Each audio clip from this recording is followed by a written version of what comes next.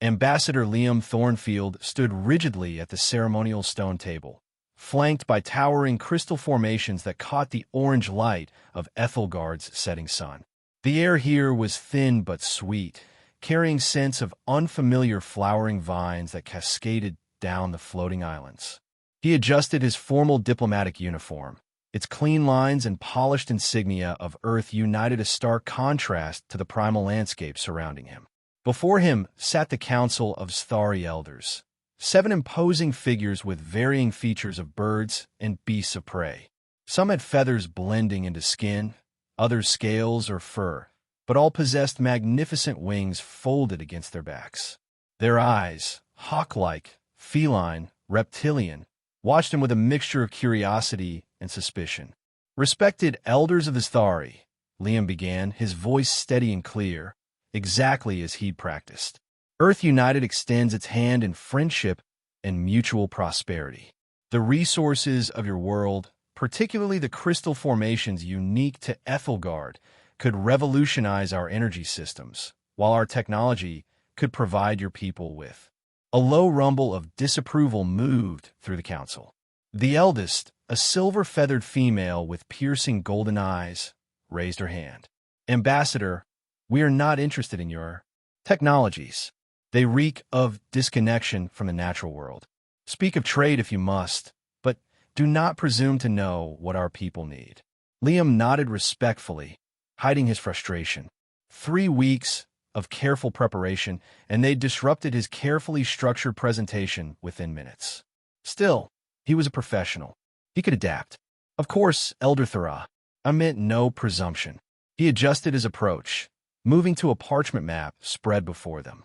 "Perhaps then, we might discuss mutually beneficial terms of exchange.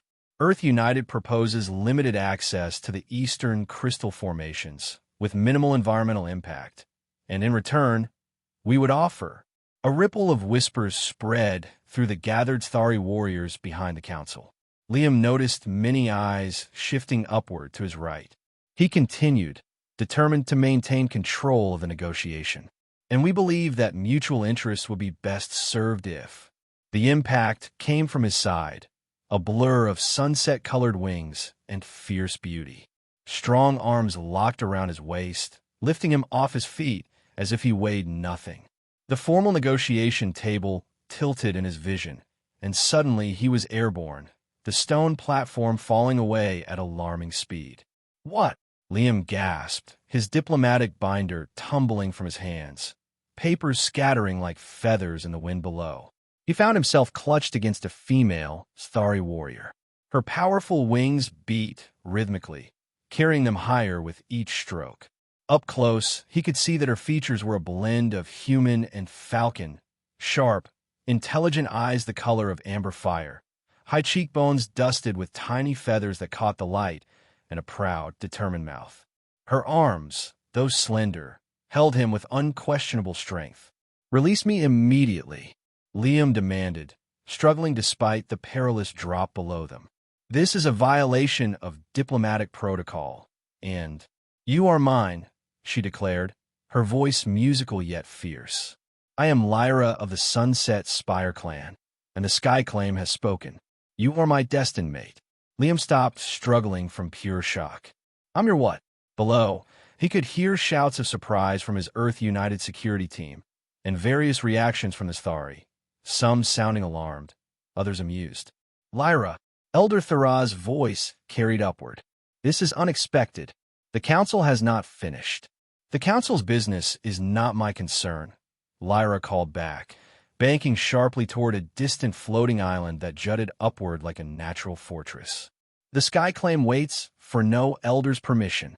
Liam renewed his struggles. "I don't know what Sky Claim means, but I am an ambassador of Earth United, and I demand you return me to the negotiation platform immediately." Lyra tightened her grip, pulling him closer against her body. The heat of her skin was startling, several degrees warmer than a human's. "Your demands mean nothing to Sky Claim." The signs were clear. The third sun feather falls when wisdom fails. You were speaking of mutual interests when the calling came. "It is decided." Liam stared up at her in disbelief. This close, the wind rushing past them, He could see the intricate patterns in her wings, feathers the colors of sunset, from deep purple at the joints to brilliant orange at the tips. Despite his predicament, he couldn't help but notice their beauty. "This is kidnapping," he said, trying to sound authoritative despite being completely at her mercy. "It's an act of aggression that could jeopardize any hope of peaceful relations between our peoples." Lyra looked down at him, genuine confusion in her eyes. "This is not kidnapping. This is honor. This is destiny. You should feel pride that you are worthy of the sky claim." She banked again, and Liam caught a dizzying glimpse of the landscape. Dozens of floating islands of varying sizes suspended in the amber sky, some connected by natural stone bridges, others completely isolated. Far below, barely visible through wisps of cloud, he could make out what might be the actual surface of the planet. They were approaching a large island dominated by a central spire of rock. As they drew closer, Liam could see numerous cave openings dotting its surface. Lyra aimed for one of the larger openings about 3/4 of the way up, slowing their flight with powerful backward strokes of her wings. She landed with surprising gentleness on a wide ledge outside the cave entrance. The moment her feet touched stone, she released Liam, stepping back with a proud lift of her chin. Liam immediately moved away from the edge, straightening his now rumpled uniform. His training hadn't prepared him for being abducted mid-negotiation by a winged warrior woman. "Listen," he said, trying to sound reasonable rather than panicked. "There's clearly been a misunderstanding. I'm here on an official diplomatic mission. My team will be searching for me, and this incident could have serious repercussions for her." "There is no misunderstanding," Lyra interrupted, folding her magnificent wings behind her. Standing on solid ground, he could fully appreciate her imposing height, nearly 7 feet tall, with the additional presence granted by her proud posture. "The sky claim is never wrong. Come, you must be hungry after your flight." Without waiting for his response, she turned and walked into the cave. Liam hesitated, looking back the way they had come. The nearest floating island looked to be at least half a mile away, an impossible distance without wings. Seeing no immediate alternative, he reluctantly followed her inside. The cave was not the primitive dwelling he expected.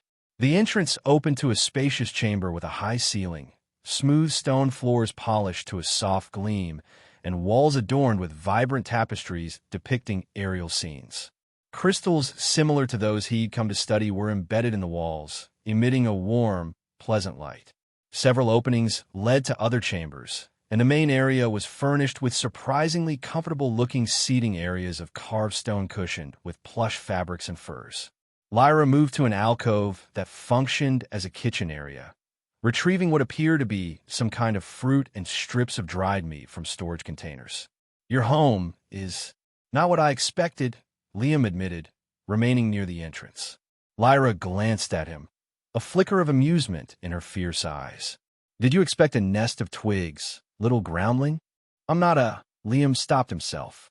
Antagonizing his captor wouldn't help. "I expected something less comfortable." "We value beauty and comfort as much as strength," she said, arranging food on a carved stone platter. "The Sthari are not savages, despite what your Earth United briefings may have told you." Liam frowned.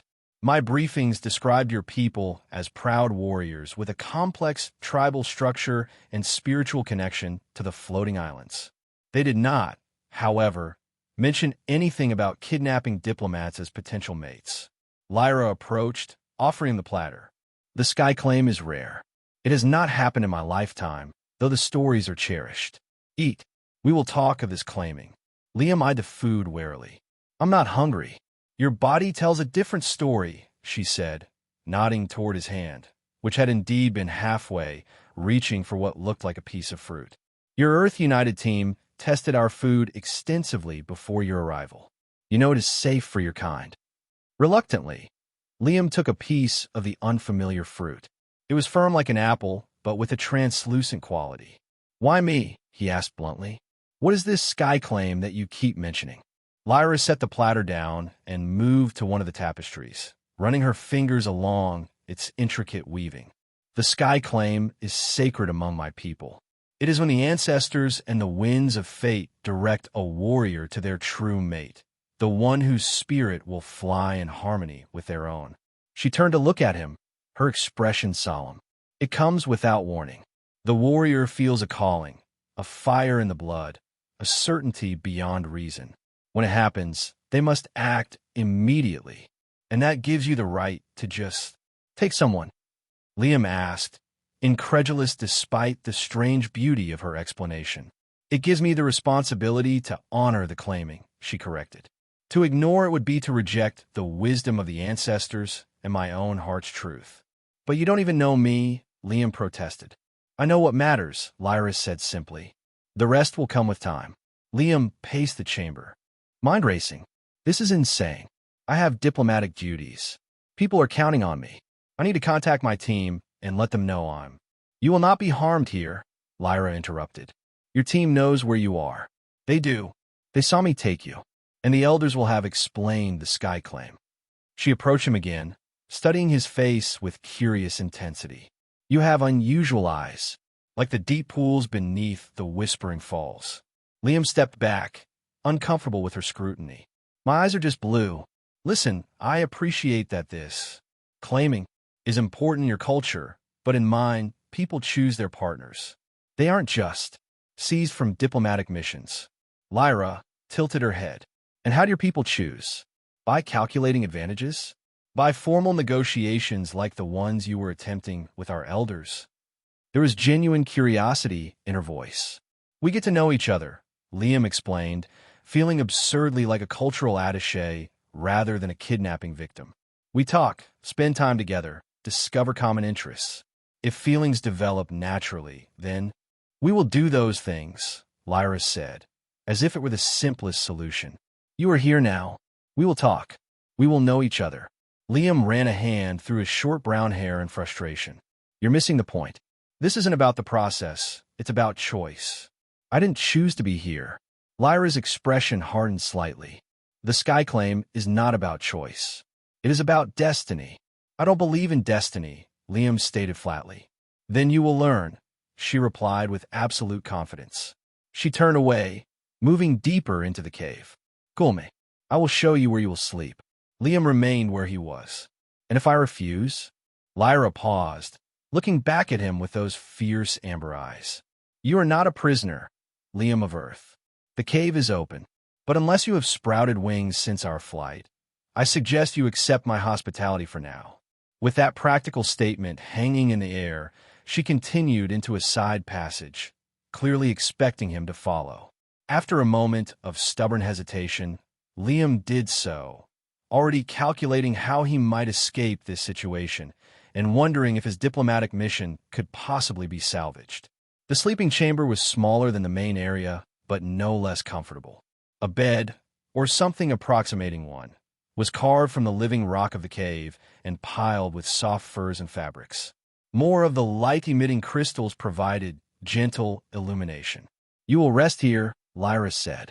My chamber is across the passage. You will not be disturbed. Liam looked around, noticing a small pool of water in a natural basin at one side of the room. Is that for bathing? It is fed by a hot spring, she confirmed. The waters have healing properties for minor wounds and weariness. Despite himself, Liam was impressed by the natural ingenuity of the dwelling.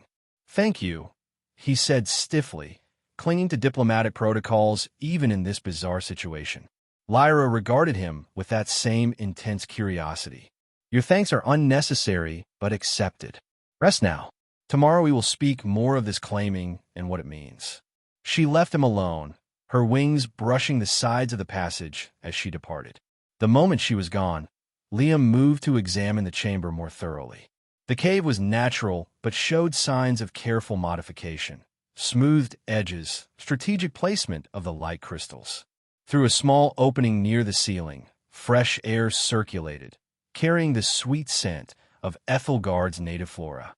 He checked the device on his wrist, a standard-issue Earth-United communicator, but as he suspected, it showed no signal. The unique electromagnetic properties of Ethelgard that made its crystals so valuable also played havoc with Earth technology. Think, Liam, he muttered himself. How do you get out of this without causing an interspecies incident? The irony wasn't lost on him that he'd been abducted while trying to prevent exactly that kind of diplomatic disaster. He'd been specifically selected for this mission because of his track record in negotiating with non-human species. His supervisors had praised his logical approach, his ability to set aside emotional responses in favor of reason. Those same supervisors would not be impressed to learn he'd been claimed as a mate by his Thari warrior within the first hour of formal negotiations. Liam sat on the edge of the stone bed, surprised to find it more comfortable than it appeared. He needed to understand the situation better before acting. If this sky claim was as significant as Lyra suggested, his escape might cause more offense than his abduction. At the same time, he couldn't simply accept being claimed as someone's mate based on their cultural traditions. He would rest, as suggested, then attempt to reason with Lyra in the morning. Surely there was a diplomatic solution to this. Impasse. As he settled onto the surprisingly comfortable bed, Liam's last thought before drifting into an exhausted sleep was that his official report on this incident would be the strangest of his career. Morning came with a quality of light Liam had never experienced. Golden rays filtering through the cave opening, refracting through the embedded crystals to scatter rainbow patterns across the walls. For a moment, disoriented by sleep, he admired the beauty of it before remembering his predicament. The sound of movement from the main chamber prompted him to rise. He straightened his rumpled uniform as best he could and steeled himself for another confrontation with his winged captor. Lyra was at the cooking alcove when he emerged, working with practiced efficiency as she prepared what appeared to be a morning meal. She glanced up at his approach, her eyes brightening. "You slept well," she observed. It wasn't a question. "How would you know that?" Liam asked, immediately defensive. "Your face is relaxed. Your movements fluid," she replied simply. "Sit. Eat. You will need strength." Liam reluctantly took a seat at the stone table. "Need strength for what, exactly?" "For beginning your life here." She placed a wooden bowl before him, filled with what looked like grain porridge topped with unfamiliar fruits. "The first days of acclaiming are important. We must establish our connection." "Lyra," he began, attempting to sound reasonable, "I understand this sky claim is significant to you, but I need to return to my duties. People are depending on me." She sat across from him, her own bowl in hand. "Your Earth United colleagues have already been informed of the situation by the Council. Another diplomat will take your place in the negotiations." "What?" Liam nearly choked on the bite he'd just taken. "That's impossible. I've spent months preparing for this mission. No one else has the necessary background on Ethelgard's resources or Sthari cultural protocols." Lyra seemed unconcerned. "The Council will accommodate your replacement. The claiming takes precedence." Anger flared in Liam's chest. "Not to me it doesn't. Not to Earth United. This is unacceptable interference with an official diplomatic mission." Rather than growing angry in return, Lyra watched him with something like fascination. "Your passion is unexpected. The other Earth representatives described you as controlled. Logical. Being logical doesn't mean I don't care about my responsibilities," Liam snapped. Lyra nodded, seeming pleased. "Good. A mate without passion would be unworthy of the sky claim." Liam set down his spoon with deliberate care. "I'm not your mate. I have not agreed to this arrangement, and I don't intend to. The sky claim does not require your agreement," she said, though a flicker of something, uncertainty, disappointment, crossed her face. "But it would be preferable if you came to accept it willingly." "Then return me to my mission," Liam countered. "If you truly respect me as a potential mate, then respect my duties and my choices." Lyra considered this, her amber eyes thoughtful. "I cannot release you from the claiming. It would bring dishonor to both of us. But perhaps," she hesitated, "perhaps I could show you our world, help you understand what it means to be chosen by the sky claim. If you still wish to return to your duties afterward, we can consult the elders about a compromise."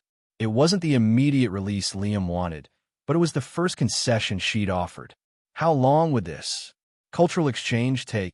3 days, Lyra decided. 3 days to show you Ethelgard through Sthari eyes. Liam weighed his options. His communicator wasn't working. He had no way to leave this floating island without Lyra's assistance. And if what she said was true about another diplomat taking over his duties, his immediate return might not even matter. 3 days, he agreed reluctantly. And then we discussed my return to Earth United. Lyra's wings rustled with what might have been excitement. Agreed. She stood, powerful and graceful. Finish eating. We leave soon. Where are we going? Liam asked, returning to his meal despite himself.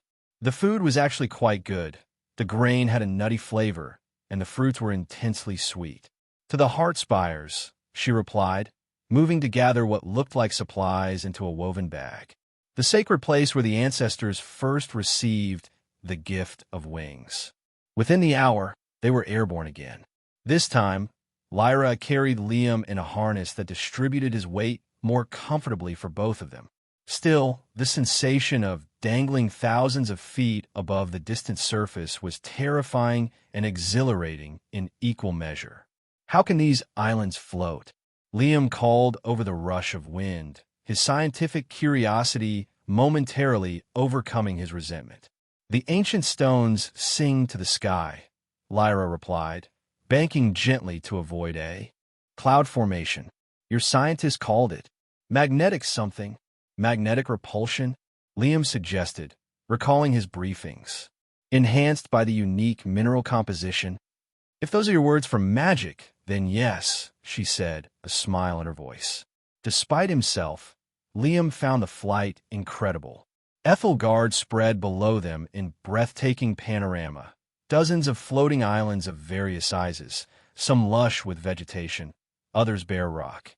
Waterfalls spilled from the edges of some, creating rainbows in the golden light before the water dispersed into mist. Flying creatures that resembled a cross between birds and lizards soared between the islands, some large enough to rival Lyra in wingspan. They approached a cluster of narrow rock spires that jutted upward from a medium-sized island. Unlike the other formations Liam had seen, these rocks had a crystalline quality, catching and refracting light in all directions. The Heart Spires, Lyra announced as they descended toward a flat area at the base of the tallest spire. Sacred to all scifi clans. They landed, and Liam's legs felt shaky after the prolonged flight. Lyra unhooked the harness, allowing him to move freely.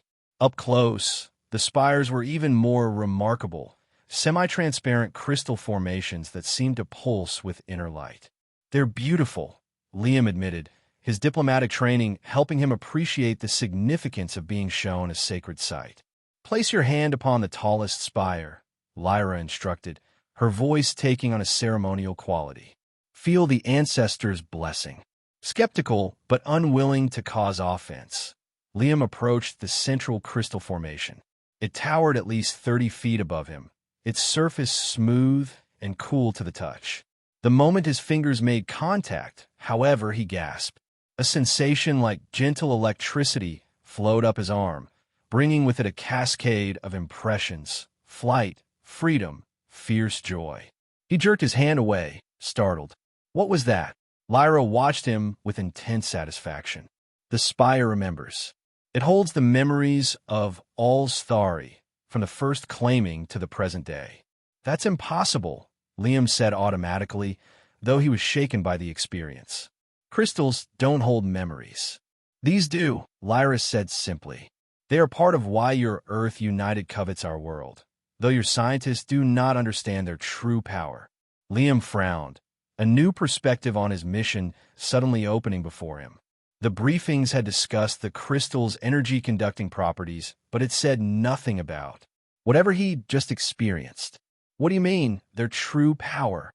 Lyra gestured to the spires surrounding them. These crystals are alive in their way.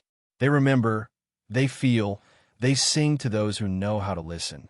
Your people would mine them for energy, never knowing they are destroying consciousness. The accusation struck Liam hard. That's not. We wouldn't deliberately. He stopped, uncomfortable with the realization that she might be right. Earth United's assessment teams might have completely missed this aspect of the crystals. This is what the claiming has brought you to understand, Lyra said, her voice gentler now. This is why the Sky Claim chose you. to be a bridge between our peoples, to prevent destruction born of ignorance. Liam stared at the crystal spire, his certainty shaken. You believe I was chosen to prevent my people from damaging yours? I believe you were chosen because our spirits are meant to fly together, Lyra corrected. But perhaps this understanding is part of that destiny. For the first time since his abduction, Liam considered the possibility that there might be purpose in what had happened to him. Not the mystical destiny Lyra believed in, but a crucial piece of information that could have changed the entire approach of his diplomatic mission. I need to report this, he said, instinct driving him back to his duties. Earth United needs to know the crystals may be sentient. And would they care? Lyra asked, her wings shifting skeptically. Would they halt their plans for mining? Liam wanted to say yes immediately, to defend his people and their ethics. But diplomatic training had taught him honesty was sometimes more valuable than comfortable lies. I don't know, he admitted, but they should have all the facts before decisions are made. Lyra studied him, her fierce eyes thoughtful. Perhaps the Sky Claim's wisdom is greater than even I understood. They spent hours at the Heart Spires, Lyra sharing stories of Sthari history and beliefs. Some Liam dismissed as mythology, but others aligned with scientific observations in ways that made him reconsider the dismissal. By the time they prepared to leave, his perspective had shifted subtly but significantly. The second day of his cultural exchange took them to his Thari settlement on one of the larger floating islands, a community of cave dwellings similar to Lyra's, but on a larger scale, with multiple levels connected by paths that would be treacherous for anyone without wings. The Thari they encountered reacted to Liam with varying degrees of curiosity, suspicion, and in some cases, something like reverence. Children with small, not yet functional wings darted close to stare at him before their parents called them back. They've never seen a human chosen by the Sky Claim, Lyra explained as they walked through what appeared to be a marketplace, where Thari traded goods from different islands. Some believe it is an omen of great change. Is that good or bad? Liam asked, uncomfortably aware of the attention. Change is neither good nor bad until it happens, Lyra replied. But it is always significant. As they moved through the market, Liam noticed a tall, powerfully built male Thari watching them with undisguised hostility. Unlike Lyra's sunset-colored plumage, his wings were a dark blue-black, like midnight. Who is that? Liam asked quietly. Lyra's posture changed subtly, her wings lifting in what Liam was learning to recognize as a defensive posture. Kale of the Night, Cliff's clan, a warrior of some renown. And why is he looking at us like he wants to throw me off the edge of the island? Lyra hesitated before answering. He had expressed interest in a claiming of his own. With me. Ah, Liam said, suddenly understanding. A rejected suitor. Not rejected, Lyra corrected. I never encouraged his interest. The Sky Claim chooses, not our conscious minds. Before Liam could respond, Kale approached, his powerful wings half extended in what was clearly a dominance display. Up close, his features were more reptilian than Lyra's, scaled skin around eyes that were vertical slits of deep gold. So this is the groundling who has been claimed by a daughter of the Sunset Spire, Kale said, his voice a deep rumble. He circled Liam, examining him with contempt. No wings, no claws, no strength that I can see. What could the Sky Claim possibly have found worthy in such a creature? Lyra stepped partially between them. The Sky Claim's wisdom is not for us to question, Kale. Perhaps not, Kale agreed, his slitted eyes never leaving Liam. But its mistakes may be corrected. The threat was unmistakable. Liam drew himself up to his full height, still considerably shorter than either's Thari, and met Kale's gaze steadily. I understand your customs are different from mine, he said, falling back on diplomatic phrasing. But where I come from, threatening visitors is considered extremely poor hospitality. Kale's wing membranes rippled with what might have been surprised amusement. It speaks bravely for something so fragile. He is under my protection, Lyra said, her own wings extending slightly. Remember that, Kale. For now, Kale replied. He backed away, still watching them. But protection must sleep sometimes, mustn't it? With that parting comment, he launched himself powerfully into the air, wings creating a downdraft that buffeted both of them. Was that just posturing, or should I be concerned? Liam asked once Kale was out of earshot. Both, Lyra admitted. Kale values strength above all else. He cannot understand why the Sky Claim would choose someone without wings or natural weapons. Making two of us, Liam muttered. Lyra turned to him, surprised. You doubt your worthiness? I'm just being realistic, Liam replied. I'm not built for this world. I can't fly. I can't fight like your people. By Sthari standards, I must seem deficient. Lyra's expression softened unexpectedly. The Sky Claim sees beyond physical form to the spirit that flies within. Your strength is different, but no less real. The sincerity in her voice caught Liam off guard. For the first time, he felt a flicker of something other than resentment or diplomatic calculation toward her, perhaps a grudging appreciation for her steadfast belief in his value, unearned though it might be. They spent the remainder of the day exploring the settlement, with Lyra introducing him to various aspects of Sthari daily life, their crafts, their communal raising of young, their council-based governance. By the time they returned to her cave dwelling that evening, Liam's mind was full of new perspectives on the culture he'd been sent to negotiate with. You have been quiet since we returned, Lyra observed as they shared an evening meal. Liam nodded, organizing his thoughts. I'm realizing how much wasn't in my briefings, how much I didn't know about your people. And does this knowledge change your desire to return to your duties? She asked, watching him carefully. It complicates things, he admitted. If what you've shown me about the crystals is true, the entire basis of our proposed mining operation needs reconsideration. But that makes my return more urgent, not less. Lyra nodded, seemingly satisfied with his honesty if not. His conclusion. Tomorrow is the last day of our agreement. We will visit the Sky Falls. Where the Sky Falls? You will see, she said, a hint of mystery in her voice. That night, as Liam lay on his stone bed, he found his thoughts unusually conflicted. 3 days ago, his path had seemed clear. Complete the negotiations, secure the mining rights, return to Earth with a successful mission. Now, he questioned not only the mission but his own place in it. What if Lyra was right about the crystals? What if his abduction, however unwelcome, had prevented an ecological and ethical disaster? And then there was Lyra herself. He'd begun to see beyond the fierce warrior who had carried him off.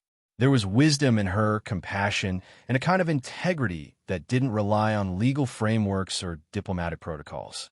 She truly believed in this Sky Claim, in a destiny that had bound them together. He still didn't accept it, of course, but he was beginning to understand it. Sleep came slowly, and with it, troubled dreams of falling through Ethelgard's golden skies with no one to catch him. The third day dawned with unsettled weather. Dark clouds gathered between the floating islands, occasionally illuminated by flashes of lightning.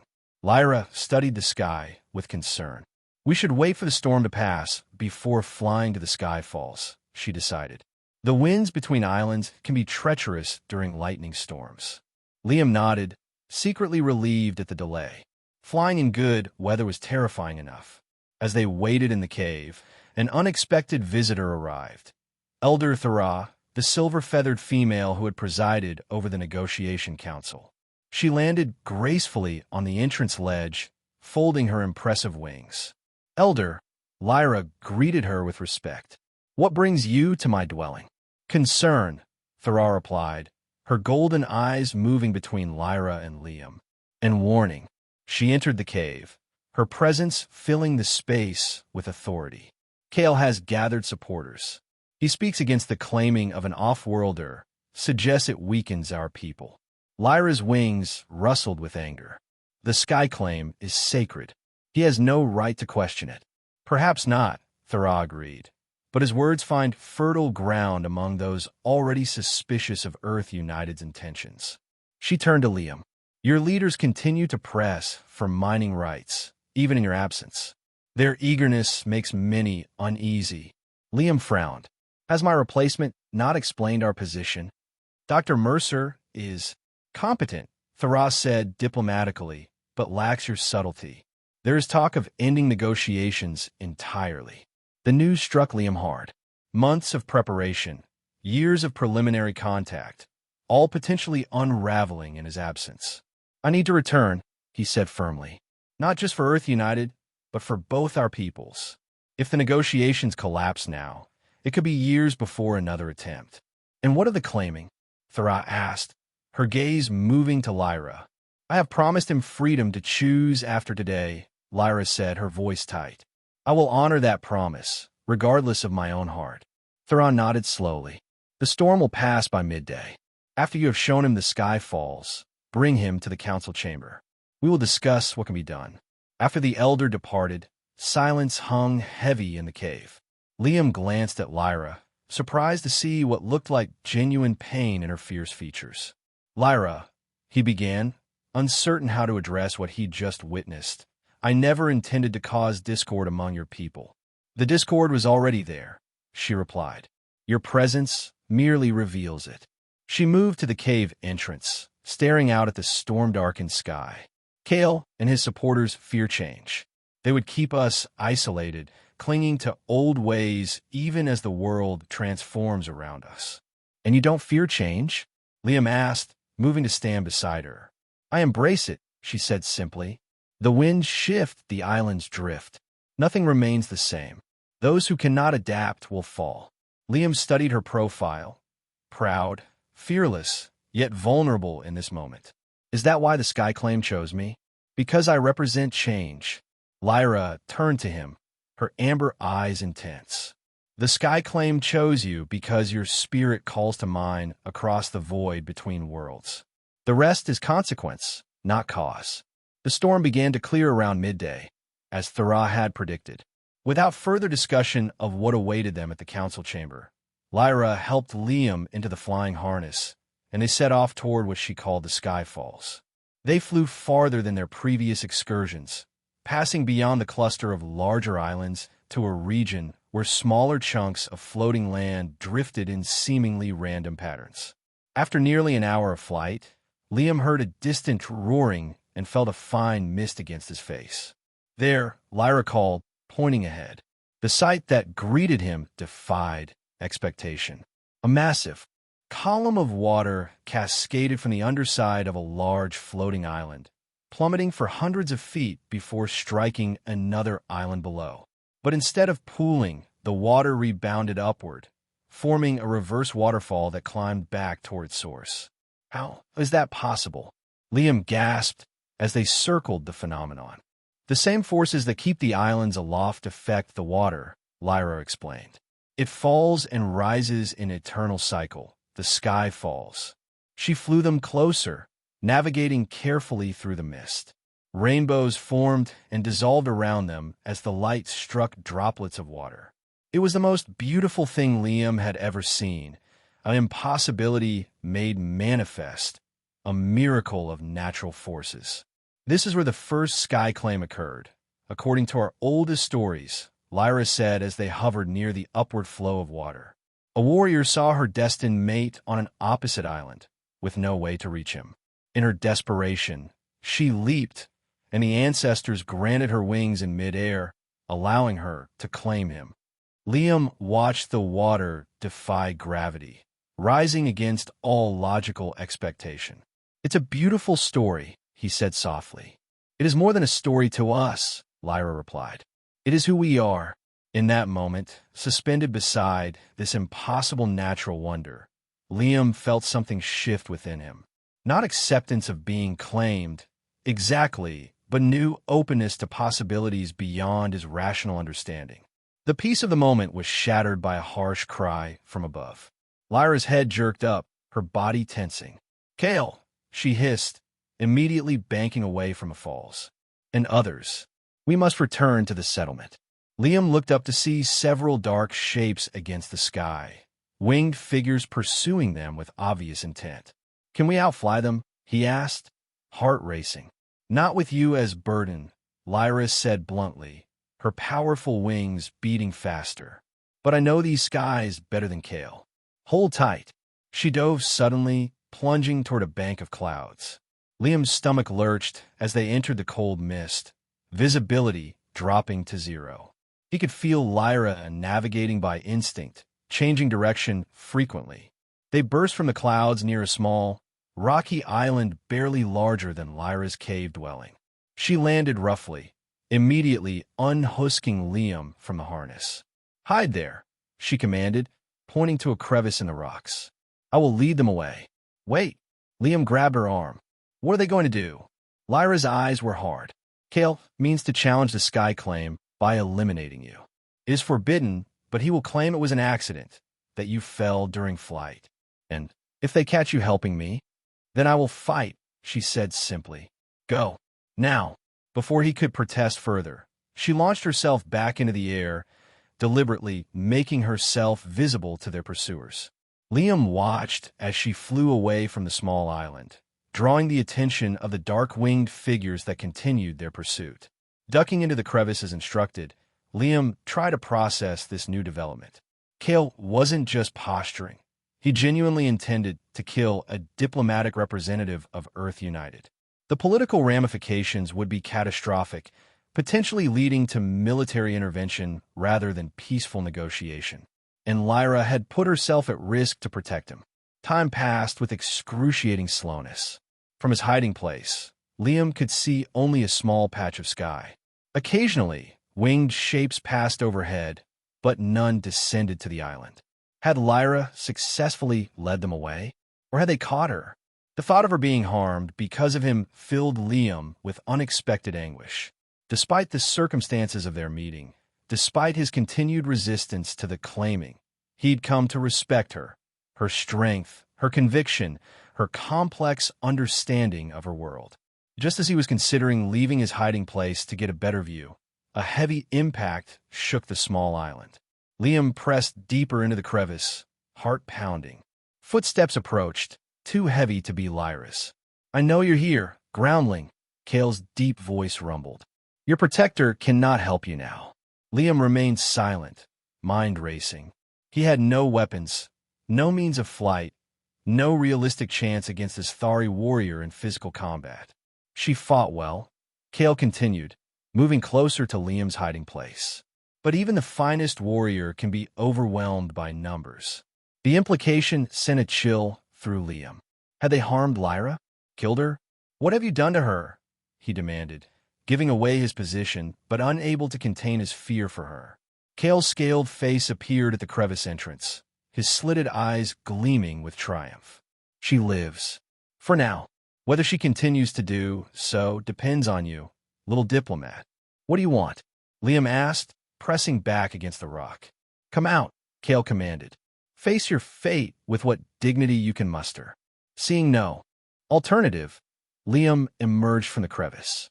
For others, Thari warriors had landed on the small island, their wings and features varying, but all watching him with the same predatory intensity. "Where is Lyra?"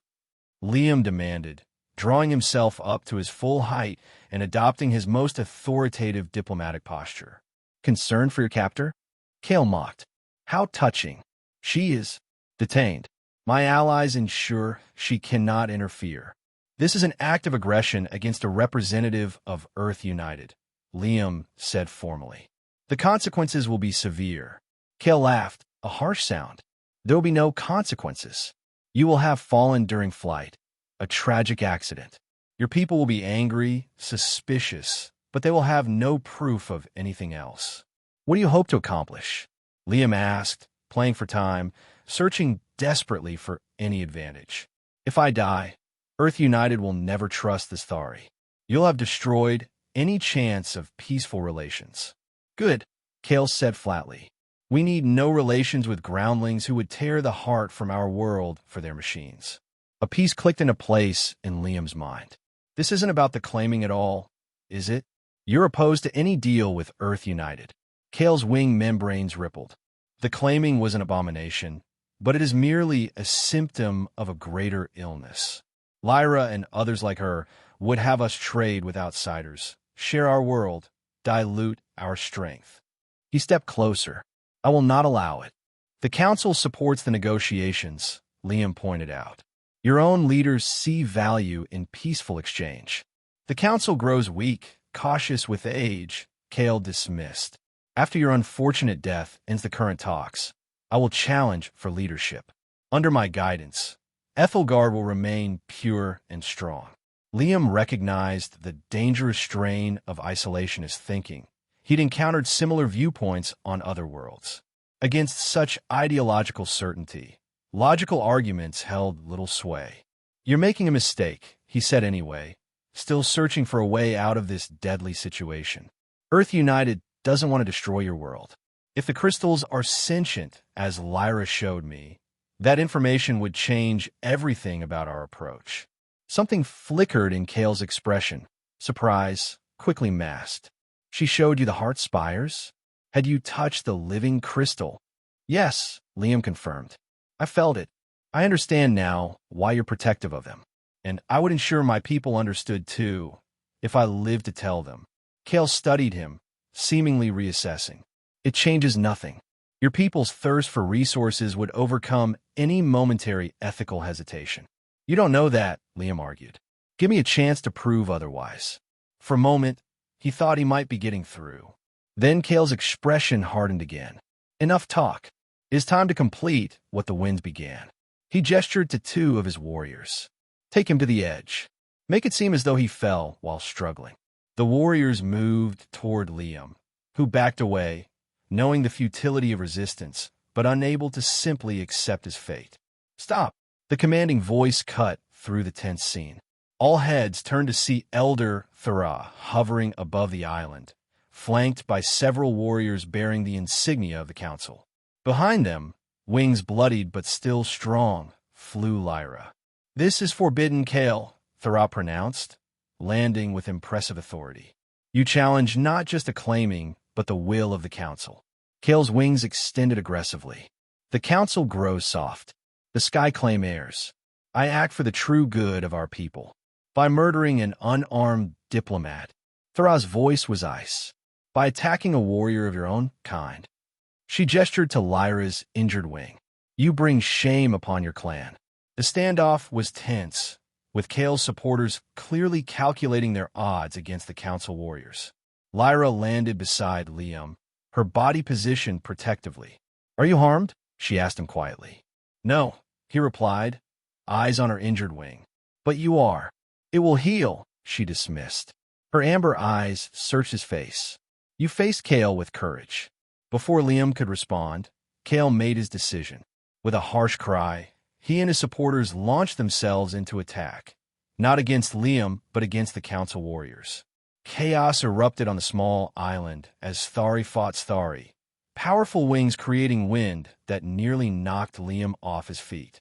Stay behind me, Lyra instructed, facing off against one of Kale's allies who dove toward them.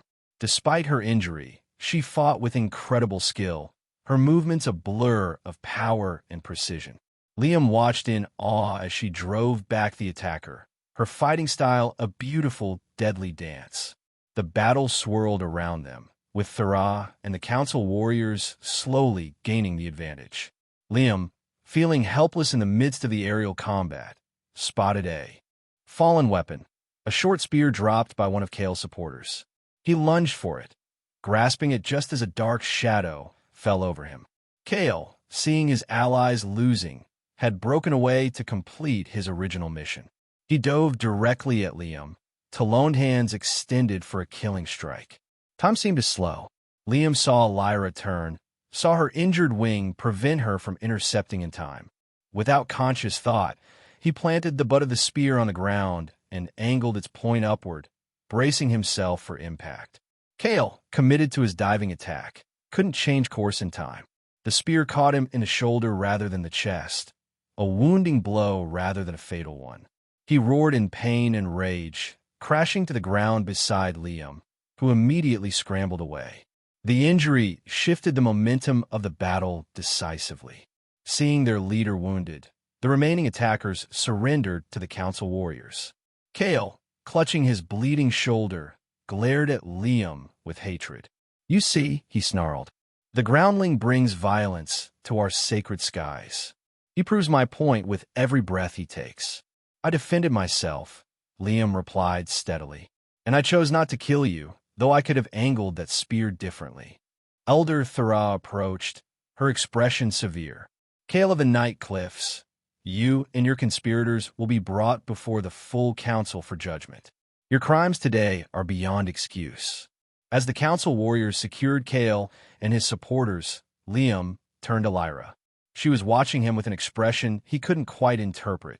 Surprise, respect, perhaps even a new kind of interest. You fought well, she said simply. For a groundling. Despite everything, Liam found himself smiling. High praise coming from you. Thra interrupted their moment. We must return to the settlement immediately. This attack changes many things. Her golden eyes moved between them. For both your peoples.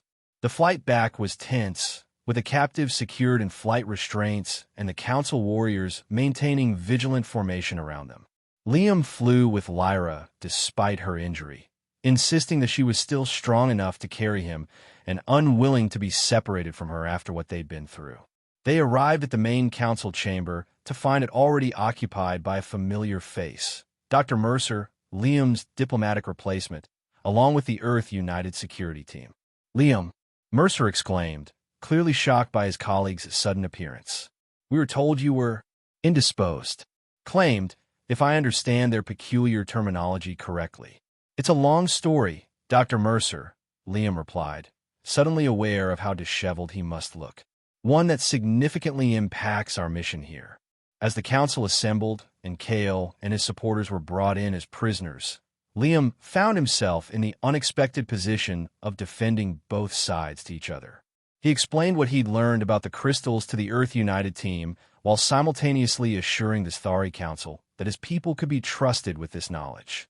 The proposed mining operation cannot proceed as planned, he stated firmly. Not if the crystals are indeed sentient, as I've experienced firsthand. But that doesn't mean we can't find another way forward. One that respects the living crystal while still allowing for mutual benefit. The discussions continued for hours, with Kale's attempted coup adding urgency to the negotiations. By the time night fell, a tentative new framework had been established.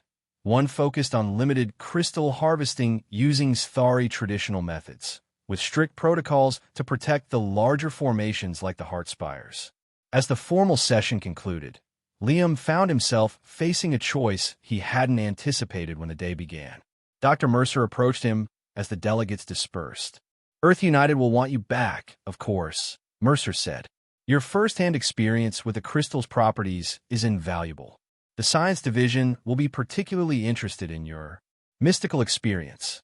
His tone made it clear he remained skeptical. It wasn't mystical, Liam corrected. It was real, and it changes everything about how we approach this world. Perhaps, Mercer conceded. Our shuttle departs tomorrow morning. I assume you'll be returning with us. The question hung in the air. Liam glanced across the chamber, where Lyra was speaking with Elder Thera, her injured wing now properly bandaged. She must have sensed his attention, for she looked up, meeting his eyes across the distance. I need time to consider my options, Liam told Mercer, surprising himself with the answer. The situation here is complex. Mercer raised an eyebrow. Don't tell me you're actually considering this claiming business seriously? She kidnapped you, for heaven's sake.